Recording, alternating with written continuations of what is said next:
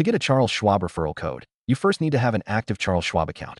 If you do not have one yet, visit the Charles Schwab website and complete the account opening process. Make sure you provide accurate information and select an account type that suits your needs.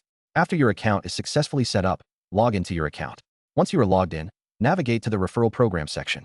This can typically be found under the Account Settings or Promotions menu. Here, you should see options related to referrals, along with details about the program benefits. Look for a link or button that says something like Get Your Referral Code or Invite a Friend. Click on it to generate your unique referral code. Make sure to copy this code, as you will need to share it with anyone you wish to refer to Charles Schwab. You can send it via email, text, or social media. When someone uses your referral code to open a new account, both you and the new account holder may receive bonuses or benefits as part of the referral program. Read the specific terms and conditions to understand how the rewards work. Finally, keep track of the referral program updates, as Charles Schwab may occasionally adjust the incentives or provide additional opportunities for referrals. This can help you maximize the benefits from sharing your referral code with others interested in Schwab services. Happy sharing and good luck with your referrals.